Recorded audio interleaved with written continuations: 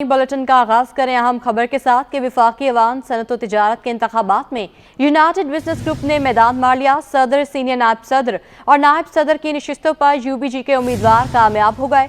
यूबीजी group के आतिफ इकराम 240 vote लेकर सदर बन गए। यूनाइटेड बिजनेस ग्रुप की कुरतुलैन 12 वोट लेकर नायब सदर मुकर्रर।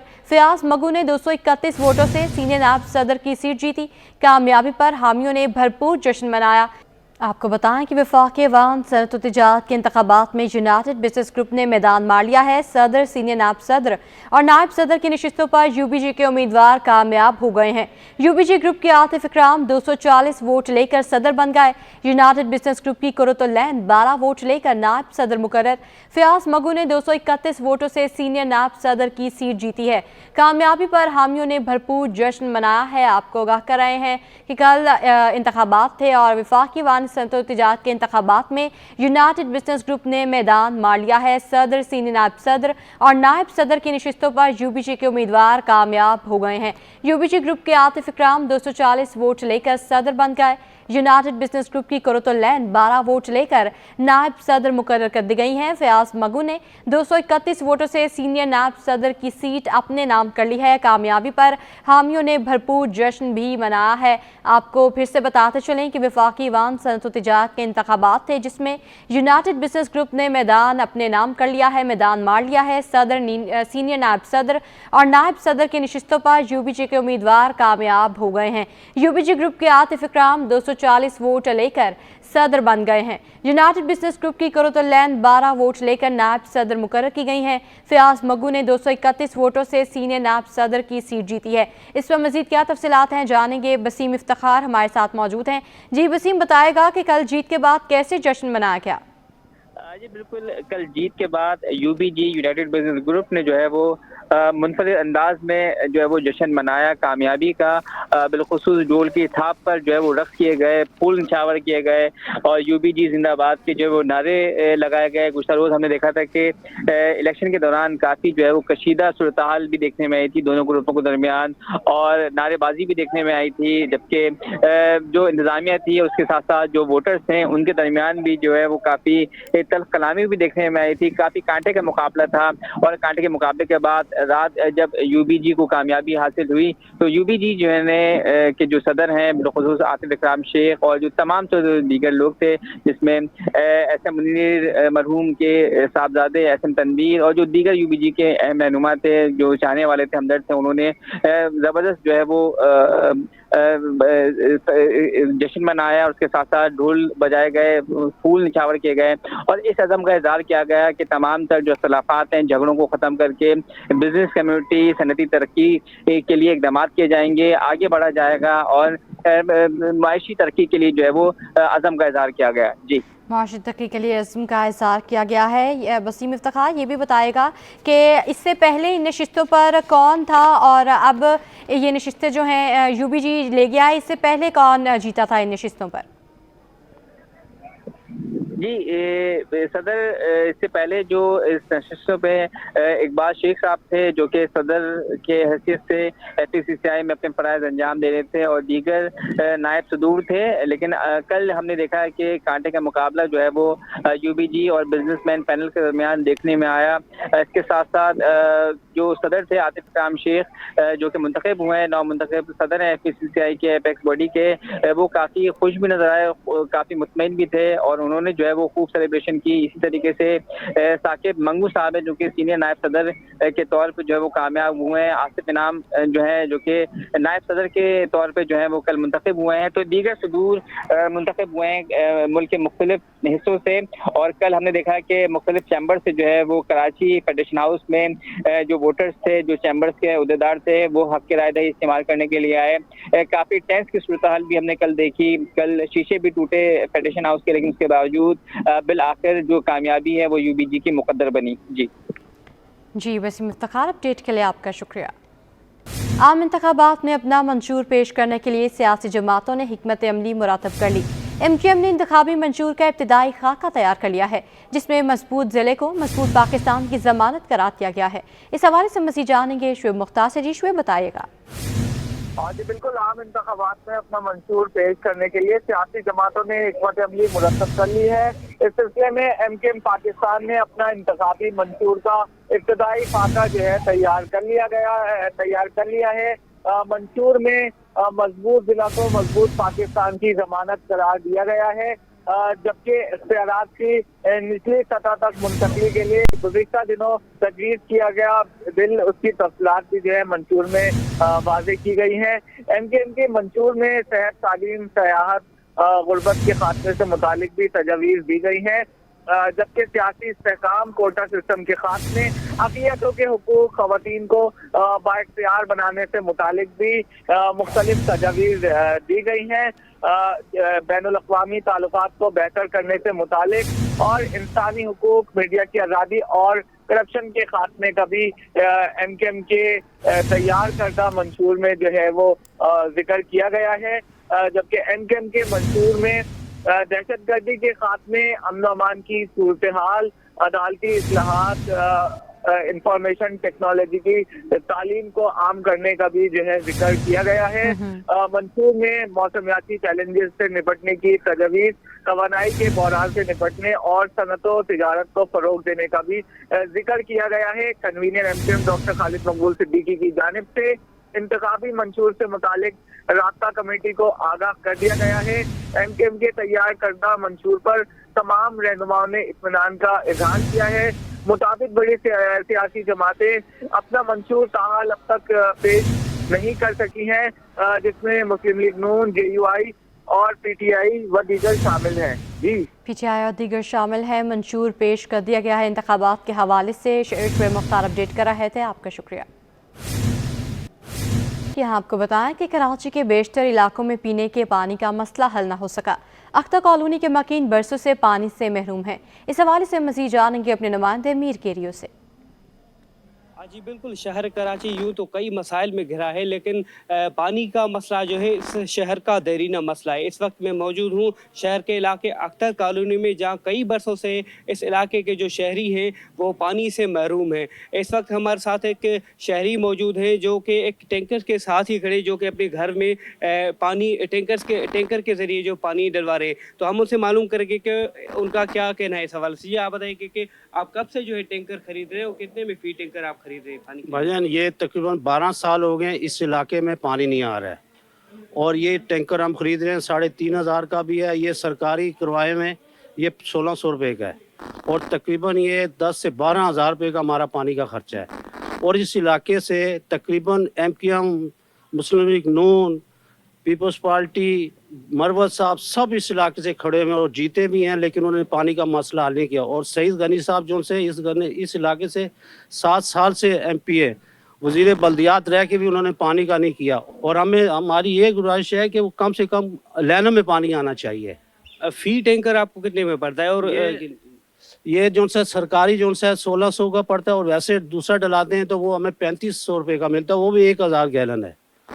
तो हर हफ्ते खरीदते हैं टैंकर या महीने में खरीदते हैं? हर हफ्ते भाजन एक टैंकर आता है, और आज तक कोई पानी का मसला हल नहीं कर सका। अभी इलेक्शन आ रहे हैं, अभी फिर ये लोग आ रहे हैं, हम पानी ले आएंगे, कहाँ से लेके आएगो भाई? 12 साल से तुम नहीं लाए तो अब कहाँ से लेके आओगे? जी देखिए, बिल्कुल इस अख्तर कॉलोनी का जो है पानी का एक कई बरसों से देरीना मसला है। इस वक्त भी अगर देखें तो मेरे अकब में एक टैंकर खड़ा है जिसके ज़रिए एक घर में पानी मुंतकिल की जा रहा है। ऐसे शहरी का कहना है कि यहाँ सियासतदान वोट मांगने आते हैं, वोट मांगते वक्त वो सिर्फ ये वादा करते हैं कि इस इलाके का जो देरीना मसला है वो हम हल करेंगे, लेकिन कई बरसों से ये सिर्फ वादे ही रहे हैं। जी, करीमाबाद पर क्लिक प्रोजेक्ट के तहत तामीर होने वाले अंडरपास का तरक्याती काम अचानक रुक गया। धूल मिट्टी से दुकानदारों और मुसाफिरों को मुश्किलात का सामना है। इस हवाले से मज़ीद बताएंगे जुनैद जावेद। देखिए जी, वर्ल्ड बैंक और क्लिक प्रोजेक्ट के इश्तराक से जो है अंडरपास की तामीर का काम शुरू किया गया था। तकरीबन 1.5 माह से ये काम जो है वो जारी रहा। यहाँ पर खुदाई का अमल जारी रहा। ये मीना बाज़ार का इलाका है। मीना बाज़ार करीमाबाद का इलाका है। 2 बाज़ार लगते हैं। मेरे लेफ़्ट साइड के ऊपर मीना बाज़ार लगता है, राइट साइड के ऊपर फैसल बाज़ार लगता है। यहाँ तकरीबन ये 1 किलोमीटर का ये अंडरपास तैयार होना था, जिसके ऊपर काम जो है तकरीबन 4 रोज़ से रुका हुआ है।